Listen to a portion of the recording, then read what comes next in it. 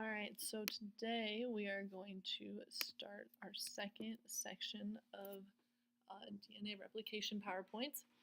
And to start it off, we're going to do a recap of what we learned last time on Monday. So chromosomes, first question, are made up of DNA and blank.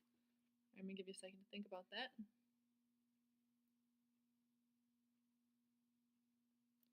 All right, so if you said DNA and proteins, you would be correct. According to Chargaff's rule, adenine must pair with blank in DNA. So what base does adenine, what nitrogenous base does adenine always pair with?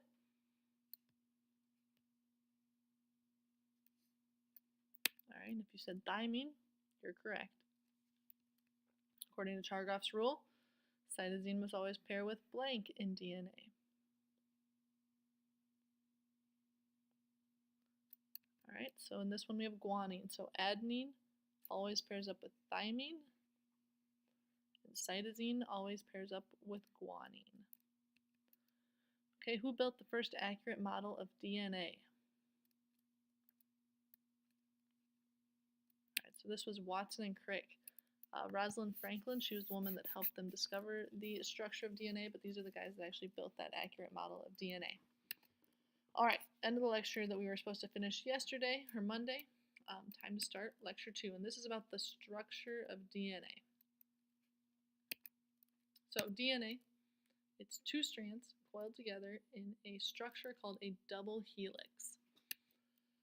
These sides of this double helix are made of a pentose sugar and a deoxyribose bonded to a phosphate group, and it's bonded by phosphodiester bonds. Remember, things in blue we're not going to write down. I'm not as concerned that you know what a phosphodiester bond is, just that you know the sides are made out of sugar called deoxyribose, and they're bonded to a phosphate. There's also the center made up of the nitrogen bases bonded together by weak hydrogen bonds. So hydrogen bonds are, hydrogen bonds are bonds between molecules, between hydrogen and a polar molecule or a polar atom like hydrogen or nitrogen.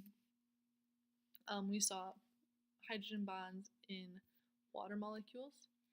We saw those hydrogen bonds cause cohesion, adhesion. The water molecules were able to be solid or less dense in their solid form compared to most other substances.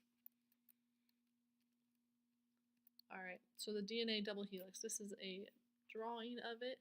We see the adenine and thymine always bond together, and they have two hydrogen bonds between them. Cytosine and guanine, they have three hydrogen bonds between them. This backbone here of this double helix is made out of phosphate bonded to a sugar. Remember, it's a deoxyribose sugar. And then those nitrogen bases. All right, so we call it a helix, meaning like a twist. Most DNA has a right-hand twist with 10 base pairs and a complete turn. So right-hand twist meaning just it twists in the right direction, and for each complete turn all the way, there's about 10 base pairs. There's also left twisted DNA. We call that Z-DNA or southpaw DNA.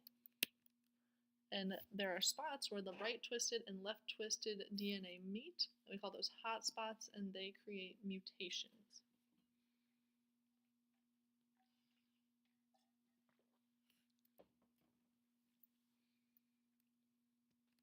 Okay, recap.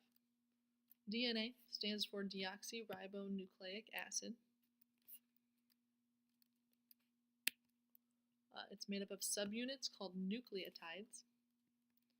And those nucleotides are made up of a phosphate group, a 5-carbon sugar, excuse me again, and a nitrogenous base. So these would be things that we talked about earlier in the semester, earlier in the school year, when we talked about macromolecules and lipids and carbohydrates and proteins and DNA or nucleic acids. All right, here is a picture of a DNA nucleotide. It has that phosphate group bonded to a sugar, and then also finally bonded to the nitrogenous base, which is adenine, guanine, cytosine, or thymine. Okay, so sugar. This sugar is a pentose sugar. What that means is that there are 5 carbons on it, and they're numbered clockwise from 1 to 5. So the first one here is on the right-hand side, and it goes around the clock clockwise. 1, 2, 3, 4, 5.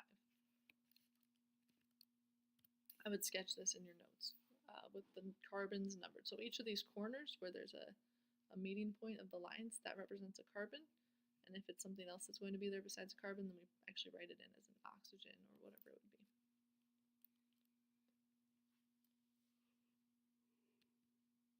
All right, DNA usually runs in a direction of 5' to 3'. Or DNA runs in DNA runs in 2 separate directions, but we see this guanine and cytosine attached together, and our adenine and thymine attached together using, not necessarily attached, but like attracted to each other using nitrogen bonds. And we see we have a 5 carbon, or carbon number 5 at the top here, but on the other side we have a carbon number 3 at the top. So it always goes from the oxygen, so 1, 2, 3, 4, 5. That would be number 5. Here though we have 1, 2, 3, 4, 5. If you look closely, you can see the white numbers very closely though, numbering around these carbons, around these deoxyribose sugars. Okay, so it runs in an anti-parallel direction. One strand of DNA goes from 5' to 3', while the other end goes from 3' to 5'. When we say prime, that just means like the carbon we're looking at. So they go in opposite directions. This space here, we call that a replication fork. This is where DNA replication takes place. Maybe a second to write that down.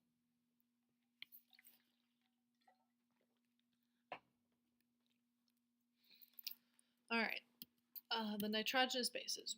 We have purines, which are double ringed, and those are adenine and guanine. And we have single ringed pyrimidines that are thymine and cytosine. Okay, so why would we need single ringed and double ringed nitrogenous bases, and why would it be the ones that don't match up are similar? That's something to think about for a little bit here.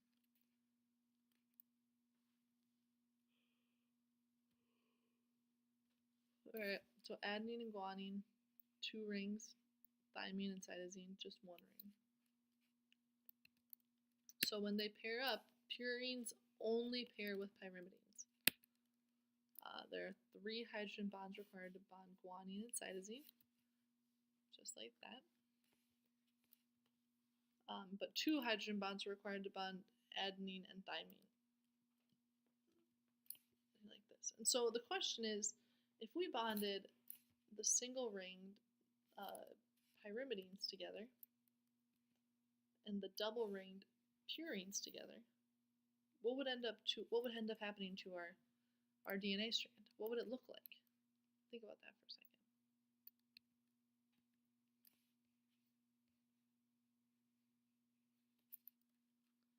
Alright, so if we did this, then we would end up with spots where our DNA would be thicker and then thinner, and then thicker when 2 double ring structures are bonded together, and then thinner again when those 2 single ring structures are bonded together.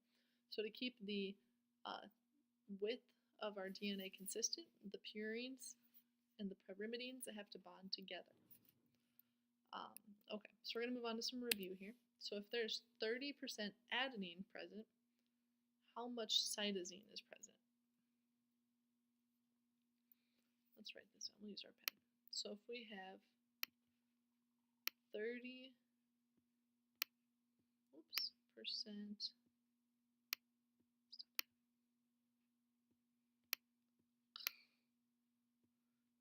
adenine we're trying to figure out thymine,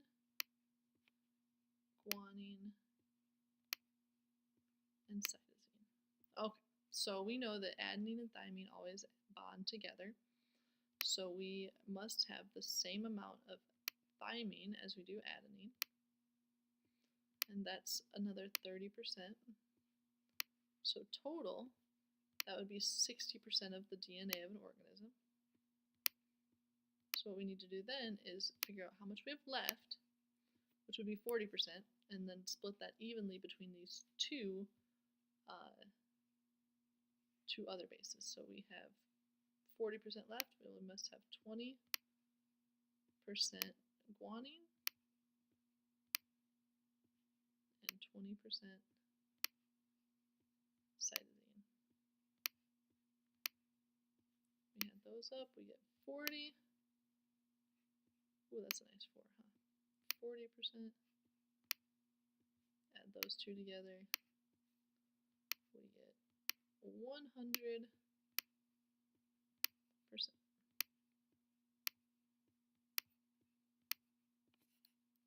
Okay, so the answer, there would be 20% cytosine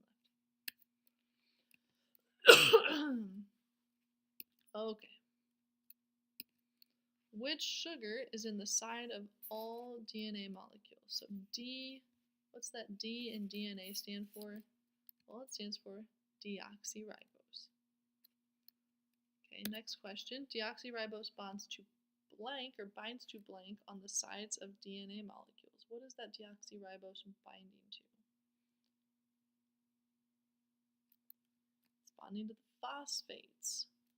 So that phosphate's like a backbone for DNA. It's like the structure of it. What holds the nitrogen bases together in DNA?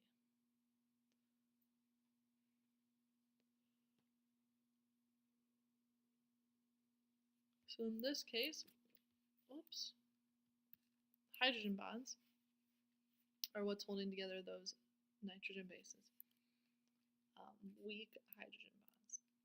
Remember, covalent are very strong bonds, and then ionic bonds are a little bit weaker.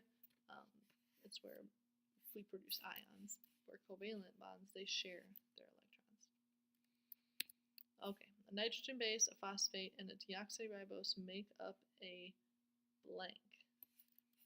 Okay, so remember, we have to think about that deoxyribose. That must mean that it can't be RNA because that's ribonucleic acid.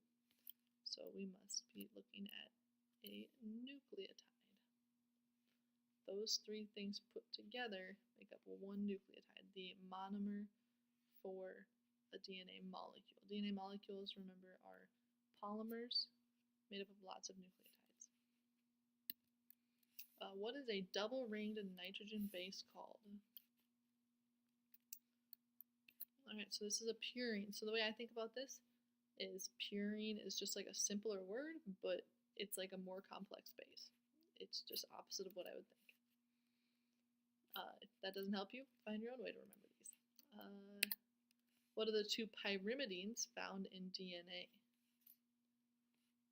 So pyrimidines. Well, so it can't be these two together. Can't be these two together because one of these has to be a purine, one of these has to be a pyrimidine. So it's either adenine and cytosine or thymine and cytosine. Alright, thymine and cytosine.